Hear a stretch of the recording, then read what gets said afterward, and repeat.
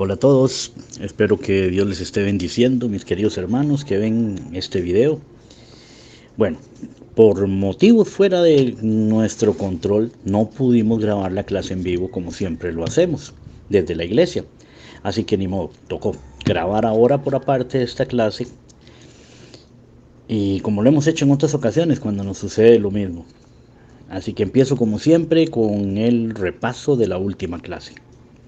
La semana pasada mi hijo empezó el capítulo 13 de Apocalipsis, pero más que nada dio una introducción para poder retomar el curso normal que llevábamos, porque se tuvo que hacer un paréntesis, ya que en el final del capítulo 12 se habla sobre los que guardan los mandamientos de Dios y tienen el testimonio de Jesús. Algo que le dice el ángel a Juan en el capítulo 19, en el verso 10, sobre el testimonio de Jesús, que es el espíritu de la profecía.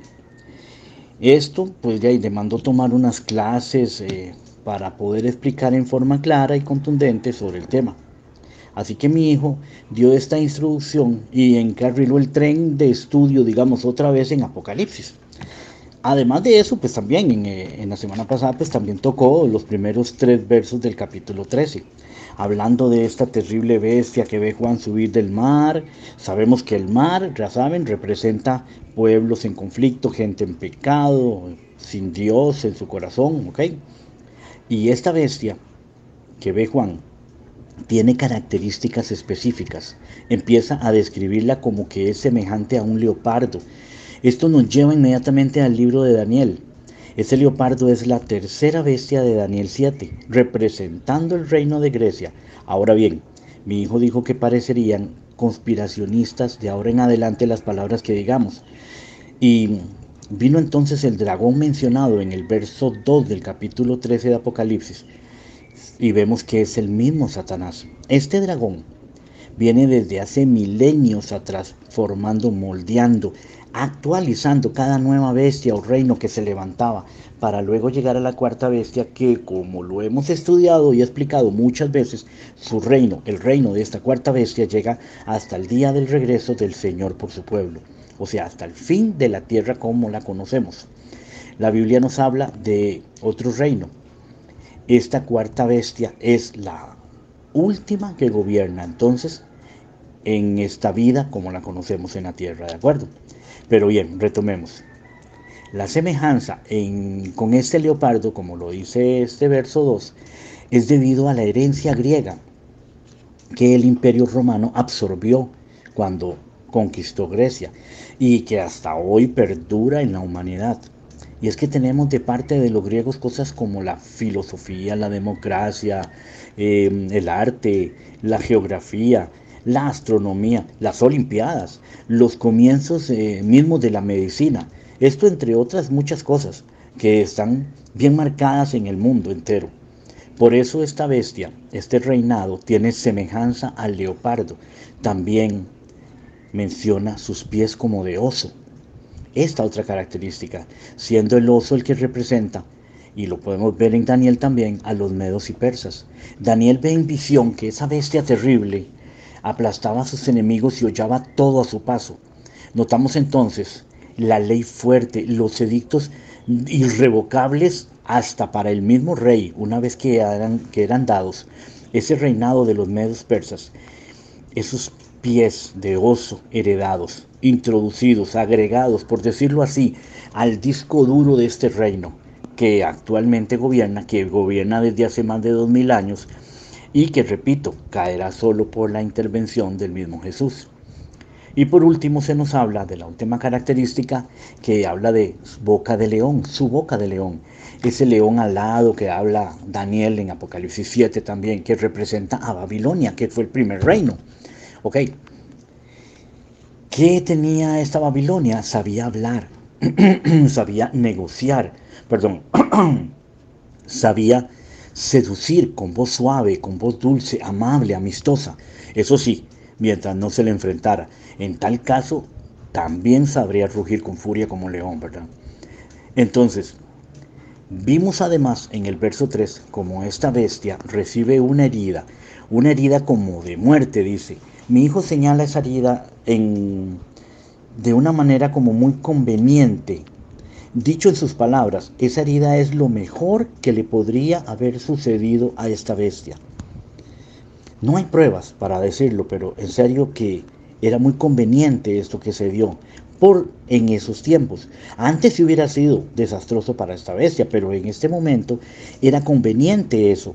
¿Por qué? Porque en ese tiempo estaban los tiempos del protestantismo, un movimiento que empezó y que el papado necesitaba parar esa fuerte corriente que nació, que comenzó de la mente de hombres pensantes, valientes, que no temieron en perder su vida por lograr sacar a luz las verdades bíblicas. Pero de todos sería Martín Lutero, el más peligroso, el más famoso. Esto porque fue el más conocido y más seguido. Entonces, al recibir esta herida,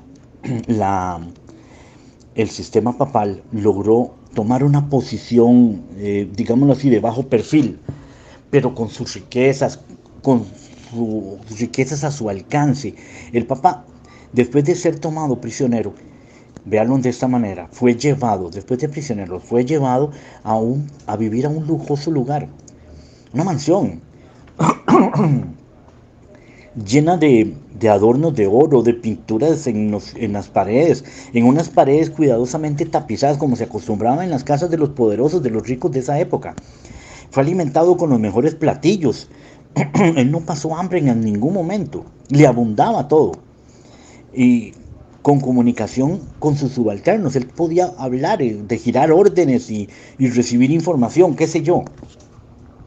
Abraham Lincoln dijo, lo peor que le puede suceder a este país, a Estados Unidos en ese tiempo, es cuando llegan a sus puertos estos sacerdotes y curas católicos, embestidos de una falsa humildad, con un manto de debilidad, pero la realidad es que ellos fueron diseminándose por todo el mundo conocido y lograron meterse en cada gobierno, en cada institución, se convirtieron en los profesores y maestros de escuelas, colegios, universidades del mundo. Actualmente, si se investiga bien, se ve la mano de agentes católicos en cada gran empresa, institución educativa, en las iglesias y hasta en gobiernos. Ahora bien, sé que no se ha hablado sobre las cabezas en el primer verso del capítulo 13, no hemos mencionado, lo hemos obviado, la verdad es eso, al propio lo hemos obviado, hablar de las cabezas, los cuernos y las diademas que se mencionan en el verso 1 de Apocalipsis 13. Pero esto es, y les voy a explicar, esto es porque este versículo, este verso, se explica mejor con los capítulos 16 y 17 de Apocalipsis. Y créanme, en esto se va a explicar más adelante, lo tomaremos, lo traeremos a cuenta y se hablará, sea por mí o sea por mi hijo. Realmente prefiero que sea mi hijo el que lo llegara a explicar porque él pues lo hace mejor. Pero si no, pues que Dios sepa lo que hace. Ahora, ok, si después de este largo repaso de Apocalipsis 13, de los primeros 3 versículos, tal vez he durado mucho en esto, pero es que era necesario. Bueno, ahora sí, seguimos entonces con el verso 4. Vamos a estudiar el verso 4 y dice, y explicarlo. Dice Apocalipsis 13:4. Y adoraron al dragón que había dado autoridad a la bestia, y adoraron a la bestia, diciendo, ¿quién como la bestia? ¿Y quién podrá luchar contra ella? Ok, entendamos bien esto. La bestia, sabemos que es, y la voy a mencionar por su nombre, ¿ok? La Iglesia Católica, Apostólica y Romana. Lo digo de forma explícita. Esto lo hemos visto y estudiado bastante. No voy a andar con rodeos. Esta bestia es el sistema papal. Y si alguien está con duda, puede buscar en las clases anteriores y verificarlo. Entonces, podremos también llamar al dragón por su nombre. Y su nombre es Satanás. Esto también está bien explicado. Y incluso en el capítulo 12 que acabamos de estudiar, justamente en el verso 9, ahí se dice su nombre con claridad, lo especifica, lo dice claramente, que ese dragón es Satanás, la serpiente antigua, ahí lo dice claramente. Ese dragón es el que cae del cielo, el que arrastró las estrellas, o sea, Satanás mismo, Satanás, que en tiempos de Jesús, cuando Roma era la que gobernaba con vara de hierro en ese momento. Jesús es llevado al desierto para ser tentado. Ahí al último se le aparece Satanás y le ofrece todos los reinos. Y le dice esto: a mí se me fue entregado y lo puedo dar a quien yo quiera. Entonces, ahí entendemos bien que estos reinos, aunque estén ahí, aunque estén con autoridad, aunque estén reinando, son títeres, y el titiritero atrás es Satanás. La mente maestra, el que verdaderamente manda, y que cada gobierno de esos, los que lo hayan seguido, los que le estén siguiendo, están siguiendo a Satanás. De una manera, pues, como se da. Si usted sigue estos gobiernos, está siguiendo a quien les está dando la autoridad y a quien nos está guiando. ¿Ok? Bueno, entonces, pasemos a los versos 5 y 6. Vamos a leer el 5. Dice el 5, así dice el 5, verso 5 del capítulo 13. También se le dio boca que hablaba grandes cosas y blasfemias, y se le dio autoridad para actuar 42 meses. Y ahora el 6 dice: y abrió su boca en blasfemias contra Dios, para blasfemar de su nombre, de su tabernáculo y de los que moran en el cielo. Ok, sabemos que blasfemar no es insultar a Dios. Muchos creen que blasfemar es decir insultos, es decir groserías, decir vulgaridades, qué sé yo. No, blasfemar es ponerse en el lugar de Dios. Eso es blasfemar, es ocupar el lugar de Dios, es hacer lo que a Dios le toca hacer, lo que querer ser Dios realmente. Eso es blasfemar. A Jesús, por ejemplo, lo iban a apedrear por decir a un sujeto: tus pecados te son perdonados. Pero eso era ponerse en lugar de Dios. Entonces, obviamente, pues ellos no lo reconocían como hijo de Dios, no lo reconocían como Dios, y pues por eso lo querían apedrear. Claro, sabemos que Jesús era Dios, él tenía la autoridad, el derecho para hacerlo. Pero en fin, eso es blasfemar entonces, que quede claro. Y se mencionan estos 42 meses también en el verso 5.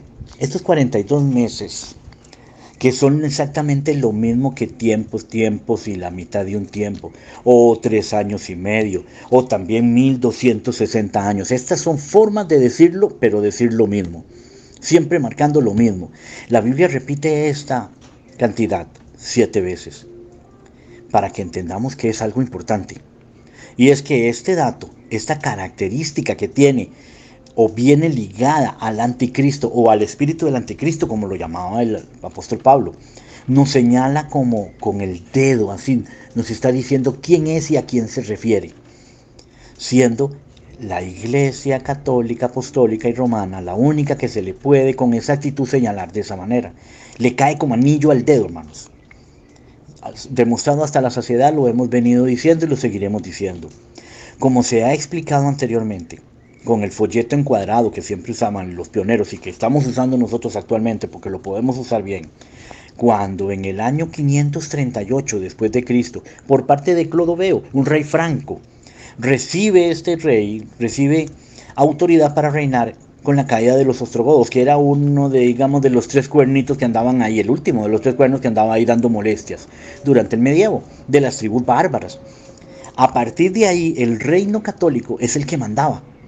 Este cuerno pequeño, esa, digamos, transformación del imperio romano, cambió su presentación, pero su dominio siguió intacto. Daniel dice: ese reino no era como los otros, ese reino era diferente, que hablaba grandes cosas, su reino era diferente, dice él. Y eso es porque ahora su reino era de forma no solo civil y política, sino que también religiosa, siendo entonces algo diferente, pero siempre, en su esencia, la misma bestia, el mismo reino, con su misma maldad y su cruel violencia. En esencia siendo el mismo reino malvado, desde que empezó, reinando sin oposición durante 1260 años, desde el 538 a.C. hasta el 1798, donde recibe la herida, salida como de muerte, y ya hemos hablado de esto. Seguimos con el versículo 5. Dice, empezó a decir nomás, dice, abrió su boca para blasfemar de su nombre. Ok, detengámonos un momento aquí. Su nombre, dice. ¿Cuál es el nombre de Dios? O más exactamente, ¿cuáles son las características del nombre de Dios? En Éxodo 34, versículos 6 y 7, digamos, creo que es así, versículos 6 y 7 nos dice, ahí nos explica que dice Jehová fuerte, misericordioso, lo pueden leer, lo pueden buscar, dice piadoso, nos habla de que perdona y que aunque es lento para la ira también castiga, y nos da las características de Dios, de su nombre, de su esencia, de lo que es Él para el hombre. Esta bestia habla con la autoridad de Dios. Esta bestia toma el lugar de Dios, blasfema contra Dios, o sea, aparta a Dios, quita a Dios y se pone Él en ese lugar. Esta bestia dice, este reinado, esta bestia dice, te dice así, te dice, yo soy la Iglesia Católica, que debes obedecer lo que te diga, aunque no esté en la Biblia. Mis palabras y ordenanzas son infalibles. Confiésame tus pecados y te daré absolución. Yo soy el vicario, el sucesor, representante, eso quiere decir vicario, de Dios en la tierra. O sea, ya Jesús no intercede con el Padre, pero intercede directamente en la Iglesia Católica, por lo que vemos aquí, en la tierra. Blasfemar de su tabernáculo también dice. Sabemos que el santuario representa toda la obra de salvación, el plan de salvación representado y realizado por Cristo. Se recorre paso a paso cada etapa. Usted entra por la puerta, usted mata, digamos, al cordero, usted se lava en el lavatorio, entras al lugar santo, pasas por el candelabro, mesas de panes, el altar de incienso, llegas al lugar santísimo, al arca del pacto con los 10 mandamientos, todo lo que conlleva ahí. Todo esto de principio a fin representa el plan de salvación. Pero la Iglesia Católica secuestra esto y pone sus propios pasos. Pone un bautismo a niños que no saben qué es bueno o qué es malo. Y que literalmente no tienen de qué arrepentirse. Ni siquiera tienen conciencia de nada. Dice que para salvarte necesitas no poner tus manos sobre el cordero. Ahora solamente las debe poner sobre el sacerdote. Ahí es donde tú pones tus manos ahora, ya no en el cordero, sino en el sacerdote, quien al confesarle tus pecados te dará su perdón y por ende el del mismo Dios. Ya no se trata de arrepentimiento y sangre, hermanos, sino de dinero para poder comprar absoluciones. Ya no se ocupa la mesa del pan, por poner un ejemplo. La mesa del pan, que es la palabra de Dios, que es lo que nos guía a nosotros, la palabra de Dios. Sino que ahora con solo hacer caso a las palabras del sacerdote. ¿Y qué dice el sacerdote? Por medio de tradiciones, lo que el sacerdote diga, no esté o esté en la Biblia, es así. O aunque cambie lo que diga la Biblia, aunque sea una parte, aunque sea mezclado, es así como ellos lo ponen. Así entonces, ocupando las partes del santuario para blasfemar, o mejor dicho, tomar el lugar del tabernáculo de Dios. Continuemos ahora, digamos, con los versos 7 y 8 de este estudio. Llegamos al verso 7 entonces y leemos y dice, y se le permitió hacer guerra contra los santos y vencerlos. También se le dio autoridad sobre toda tribu, pueblo, lengua y nación. Y la adoraron, este es el 8, y la adoraron todos los moradores de la tierra, cuyos nombres no estaban escritos en el libro de la vida del Cordero, que fue inmolado desde el principio del mundo. Ok, hacer guerra y vencerlos. Autoridad sobre tribu, lengua, reino y nación. Fue todo esto durante esos 42 meses que la tuvieron completa. Que su palabra era la palabra de Dios aquí en la tierra. Nadie se atrevía a enfrentarlos. Eso ya lo vimos antes, lo acabamos de ver. Esto también venía en el libro de Daniel. Ahí también se nos dice que los santos serían vencidos por esta bestia. O sea, esta bestia que ahora tenemos bien identificada y que vuelvo a repetir, es la Iglesia Católica, Apostólica y Romana, y lo que seguiré repitiendo hasta mi muerte, hermano, podía gobernar a placer y sin ninguna oposición. Y llegamos al capítulo 8. Yo creo que aquí en el capítulo 8 vamos a terminar esta clase. Sí, bueno, para terminar este capítulo, visto hasta aquí, hasta el verso 8, dice, donde dice, ya lo leímos, dice que adoraron todos a la bestia, adoraron todos al dragón, dice, adoraron al dragón que le dio, adoraron a la bestia que recibió la autoridad del dragón. Ahí, exactamente, perdón, así es como lo dice. Dice, los habitantes de la tierra que no estaban escritos en el libro de vida, de la vida del Cordero y que fue inmolado desde el principio del mundo.